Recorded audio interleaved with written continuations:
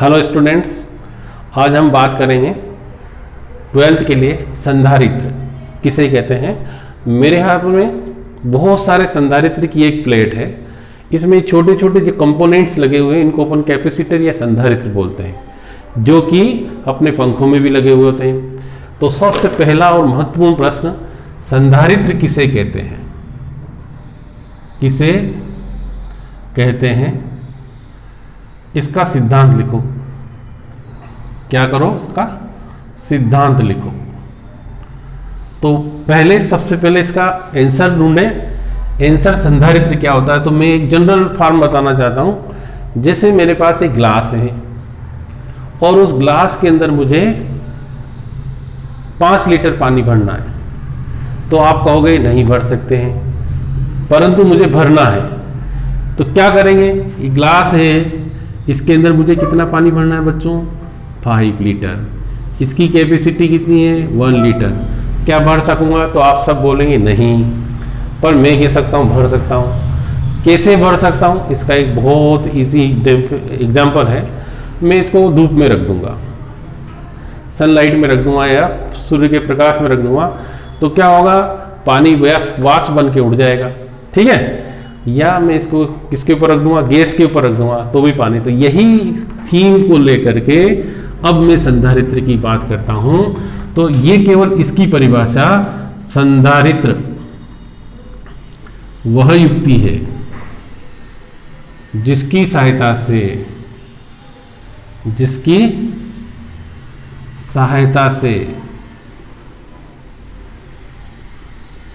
चालक के आकार में बिना कोई परिवर्तन किए उसकी किसको? धारिता को क्या किया जा सकता है? बढ़ाया जा सकता है। क्या कहलाता है? संधारित्र कहलाता है, ठीक है ना। तो हमें संधारित्र की परिभाषा के बारे में बात करनी थी। संधारित्र वह युक्ति है जिसकी सहायता से चालक के आकार में बिना कोई परिवर्तन किए उसकी धारिता को बढ़ाया जा सकता है। जैसे मैंने कहा था कि गिलास की कैपेसिटी को चेंज किए बिना उसमें मेरे को कितने लीटर? 5 लीटर पानी भरना है। ऐसे ही ये तो हमने एक सिंपल सी बात करी थी कि वे गिलास और ये अपने दिमाग में। अब अपन आवेश की बात करें। हमारे पास एक चालक है। क्या है? चालक, कंडक्टर जिसको बोलते हैं। चालक क्या करता है? आवेश को ग्रहण कर सकता है। ये एक चालक है ना। चालक है ये। इस चालक को मैंने क्या किया? प्लस क्यू आवेश दिया। क्या दिया? प्लस क्यू आवेश। ऐसे प्लस क्यू आवेश देने पर क्या हुआ? इसके साथ लगी ये इलेक्ट्रोस्कोप जिसको बोलते हैं, ये पत्तियां ऐसे इसकी फैल जाएगी। मतलब क्या हुआ? इससे और अधिक आवेश इसको नहीं दे सकते। फिर क्या हुआ? दूसरा चालक है, यही चालक था अपने पास, ये चालक है। इसके साथ कौन लगा हुआ है? इलेक्ट्रोस्कोप लगा हुआ है। इसको क्या किया? प्लस क्यू आवेश दिया, ठीक है ना बच्चों। मैंने ए चालक के पास क्या कर दिया? एक दूसरा चालक ला के रख दिया, सेकेंड चालक। इस चालक की क्या विशेषता रही? जैसे इस चालक को ला के रखा तो प्रोसेस ऑफ इंडक्शन या प्रेरण के कारण इसके अंदर वाले पृष्ठ पर कौन सा? माइनस, और बाहर वाले पर कौन सा? प्लस आवेश उत्पन्न हो जाएगा। ये अपना कौन सा चित्र हो गया? बी। तो जितना माइनस आवेश उत्पन्न होगा उतना इस चालक के ऊपर प्लस आवेश कम हो जाएगा। प्लस आवेश कम होगा मतलब इसका विभव कम हो जाएगा, और विभव कम होना ही क्या कहलाता है? धारिता को बढ़ाना कहलाता है। तीसरे चैप्टर में, तीसरे पार्ट में हम देखेंगे हमारे पास ए चालक है। क्या है? ए चालक। ये कौन सा चालक है? बी चालक है। फिर क्या किया? इसका हमने प्लस आवेश दिया था, ऐसे दिया था, यस। फिर क्या किया? इसको मैंने, ये माइनस है ना, ये बी चालक है, इसको मैंने पृथ्वी से संपर्कित करा दिया। जैसे ही मैंने पृथ्वी से संपर्क कराएंगे तो सारा धन आवेश कहाँ चला जाएगा? पृथ्वी में। ऋण क्यों नहीं जाएगा? क्योंकि बच्चों ऋण जो है वो 0 से छोटा होता है, जैसे प्लस, 0 और माइनस। तो ये माइनस चार्ज क्यों नहीं जाएगा? क्योंकि 0 से ये छोटा होने के कारण माइनस नहीं जाता है। हमने पढ़ा है पृथ्वी का विभव कितना होता है? 0। मैंने अभी एक दिन टेस्ट लिया था, उसमें प्रश्न भी पूछा था। तो ये जो है इस पर नेगेटिव। देखिए अब मैं क्या कह रहा था कि चालक के आकार में बिना कोई परिवर्तन किए, इस चालक में मैंने कोई परिवर्तन किया क्या? नहीं किया। और इसकी धारिता को मैं बढ़ा दिया मतलब वही पानी भरने वाला सिस्टम कर दिया है कि भाई मेरे को गिलास में पानी भरना था 5 लीटर और उसकी शेप में चेंज नहीं करना है। किस में करना था हमको? और कोई युक्ति लगा सकते, तो मैंने यही लगाया है। 5 में ला के रखा तो इस पर प्लस आवेश कम हो जाएगा, इसको मैंने ग्राउंड कर दिया तो सारा धन आवेश कहाँ चला जाएगा? पृथ्वी में चला जाएगा। अब इसको एक्सप्लेन करना है तो देखिए कैसे लिखेंगे कि चित्र में नहीं, हम जानते हैं कि ऐसा लिखें। हम जानते हैं कि क्या जानते हैं अपन? है कि किसी चालक की धारिता, किसी चालक की धारिता C बराबर कितना होता है बच्चों?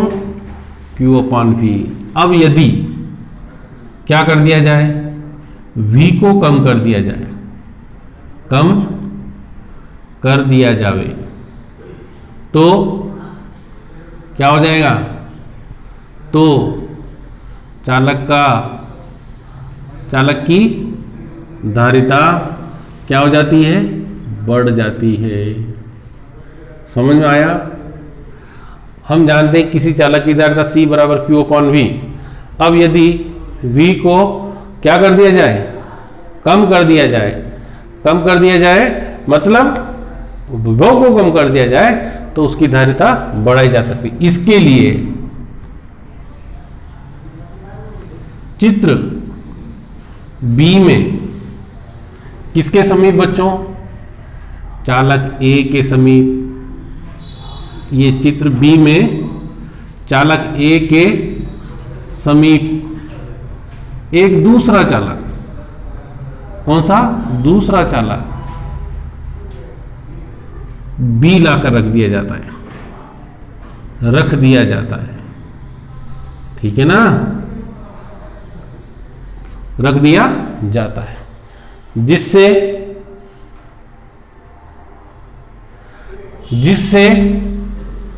क्या हो जाएगा? A का विभव कम हो जाता है, ठीक है?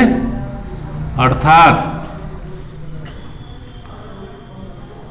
उसकी धारिता क्या हो गई?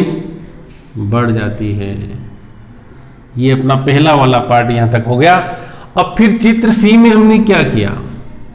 चित्र C में B का संबंध किससे कर दिया? बोलो जल्दी से। पृथ्वी से कर दिया जाता है, पृथ्वी से कर दिया जाता है, ठीक बच्चों?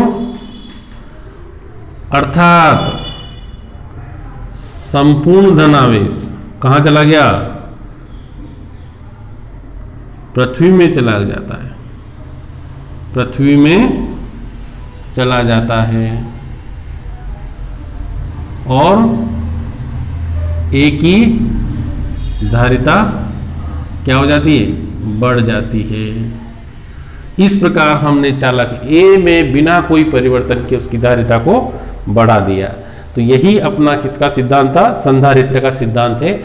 अगला प्रश्न देखिए, इसके बाद अगला जो है वो देखें आप। अगला प्रश्न क्या है?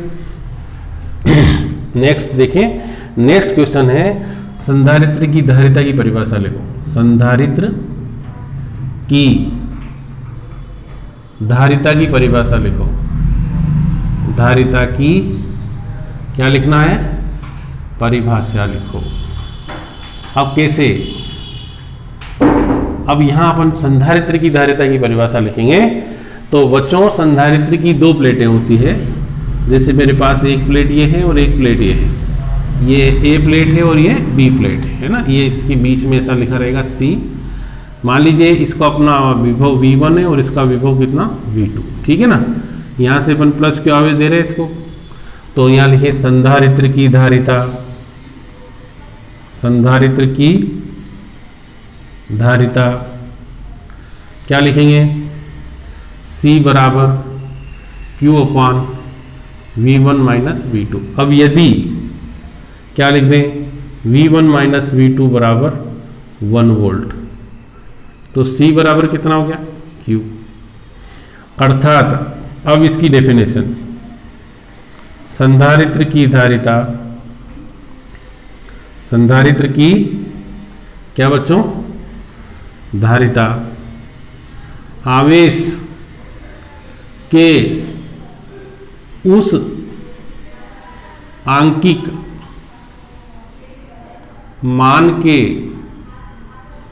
बराबर होती है, बराबर होती है जिसे उसकी प्लेटों को देने पर उसकी प्लेटों के बीच, प्लेटों के बीच कितने वोल्ट का, 1 वोल्ट का क्या उत्पन्न कर दे, विभवांतर उत्पन्न कर दे।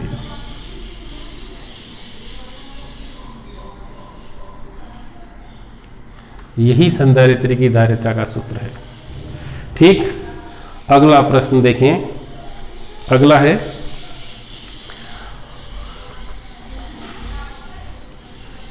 पराविद्युतांक किसे कहते हैं, या पराविद्युतांक पदार्थ किसे कहते हैं, ये कितने प्रकार के होते हैं। पहले बात कर ले अपन पराविद्युतांक किसे कहते हैं।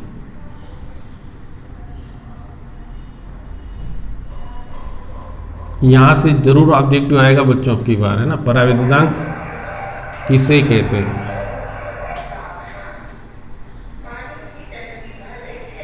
है ना। पराविद्युतांक किसे कहते हैं, क्या है पराविद्युतांक। तो पराविद्युतांक वे पदार्थ होते हैं जो विद्युत धारा को प्रभावित नहीं होने देते, परंतु विद्युत क्षेत्र में रख देने पर विद्युत प्रभाव को प्रदर्शित करते हैं। या हमें दूसरी डेफिनेशन यहां लिखें, निर्वात या वायु की विद्युतशीलता,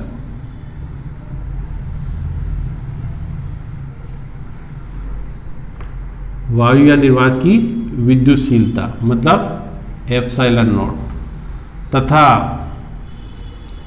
माध्यम, क्या बोला मैं, माध्यम की क्या बोला, विद्युतशीलता मतलब क्या, एप्सिलॉन के अनुपात को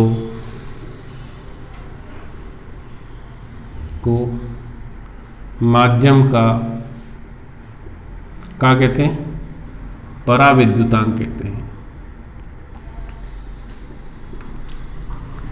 कहते हैं। इसे के द्वारा दर्शाया जाता है ना। अब यहां लिखेंगे पराविद्युतांक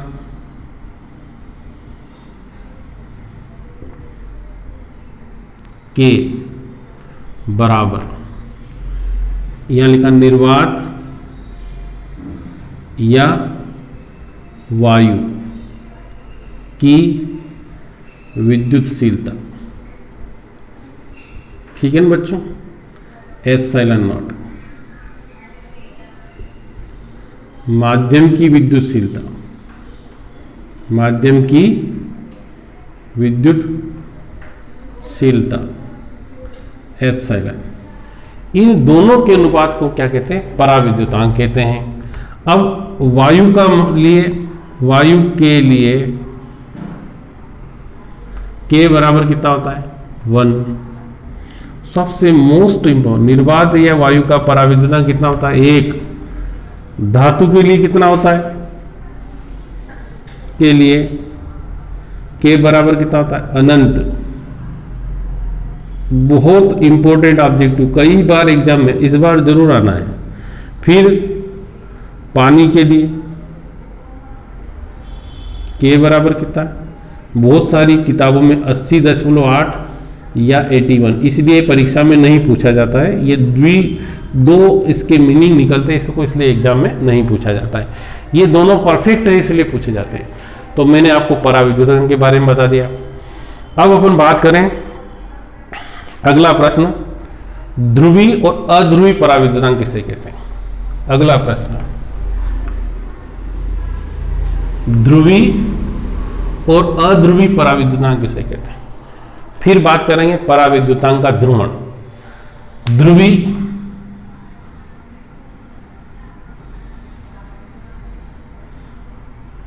पराविद्युतांक पदार्थ है ना, बहुत अच्छे से पढ़ना इसको। ये एनसीईआरटी की बुक में दिया हुआ है कि वे पदार्थ जिनमें धन आवेश के केंद्र तथा ऋण आवेश के केंद्र परस्पर संपाती होते हैं, वे पदार्थ जिनमें किसके? धन आवेश के केंद्र तथा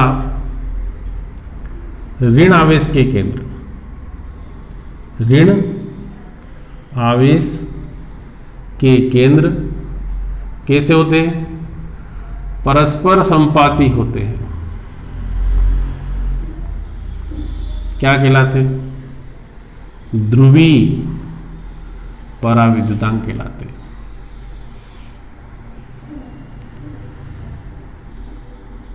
है इसमें नीचे सबसे महत्वपूर्ण इनका द्विध्रुव आघूर्ण क्या नहीं होता है? शून्य नहीं होता है। मतलब एक निश्चित द्विध्रुव आघूर्ण होता है, ठीक है ना। अब उदाहरण की बात करें तो क्या आ जाएगा? H2O, NH3 आदि, ठीक है। अब अध्रुवी पराविद्युतांक क्या है? वे पदार्थ, इसी में बात करें, वे पदार्थ जिनमें धन आवेश का केंद्र तथा ऋण आवेश के केंद्र परस्पर संपाती या नहीं होते था, है ना, नहीं होते हैं, उन्हें कौन सा कहते हैं? ध्रुवी। और जिसमें होते हैं उन्हें क्या कहते हैं? अध्रुवी। बस ये अध्रुवी में क्या लिख देंगे? यस, ये लिख देंगे। और इसका उदाहरण क्या हो जाएगा? इनका द्विध्रुव आघूर्ण शून्य होता है, होता ही नहीं। उदाहरण O2, N2, S2 आदि, ठीक है ना। तो ये ध्रुवी और अध्रुवी दोनों प्रकार के पराविद्युतांक पदार्थ मैंने पढ़ा दिए। अब अगला है पराविद्युतांक का ध्रुवण किसे कहते हैं? पराविद्युतांक का ध्रुवण किसे कहते हैं? किसे कहते हैं बच्चों? बहुत महत्वपूर्ण है ये, मैंने अभी तक बोला नहीं, अब बात कर रहा हूं मैं। पराविद्युतांक का ध्रुवण किसे कहते हैं? कि यदि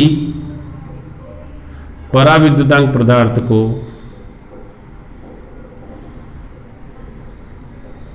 कहां रख दिया जाए? बाह्य विद्युत क्षेत्र में रखा जाए,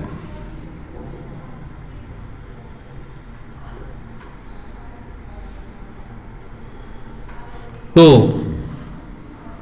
उनके धन आवेश तथा ऋण आवेश क्या हो जाते हैं?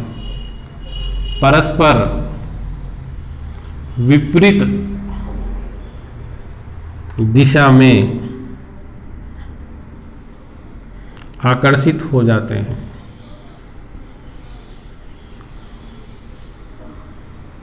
जिसे पराविद्युतांक का क्या कहते हैं? ध्रुवण कहते हैं,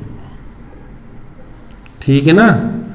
जैसे मैंने पराविद्युतांक पदार्थ को बाह्य विद्युत क्षेत्र में रखा तो उनकी धन आवेश तथा ऋण आवेश परस्पर विपरीत दिशा में क्या हो जाएंगे, आकर्षित हो जाएंगे।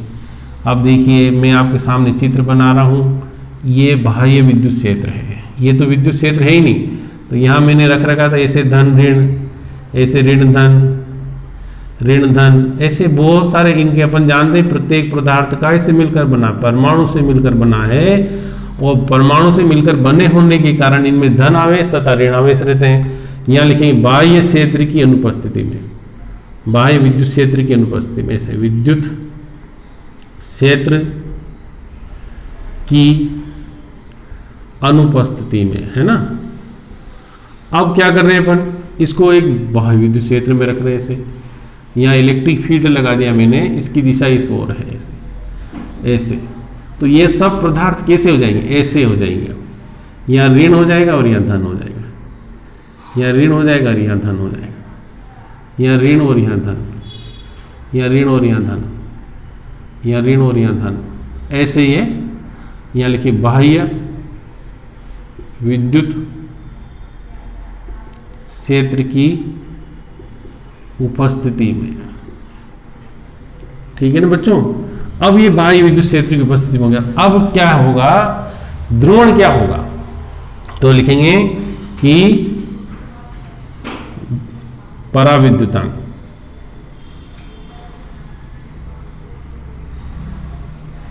पदार्थ का ध्रुवण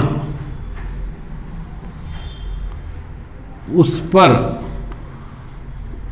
आरोपित विद्युत क्षेत्र की तीव्रता के कैसा होता है, समानुपाती होता है ना। जैसे P समानुपाती, या P बराबर, इसको नया वर्ड है ये काई ई, है ना, इसको क्या बोलते हैं, काई, जहां काई एक नियतांक है जिसे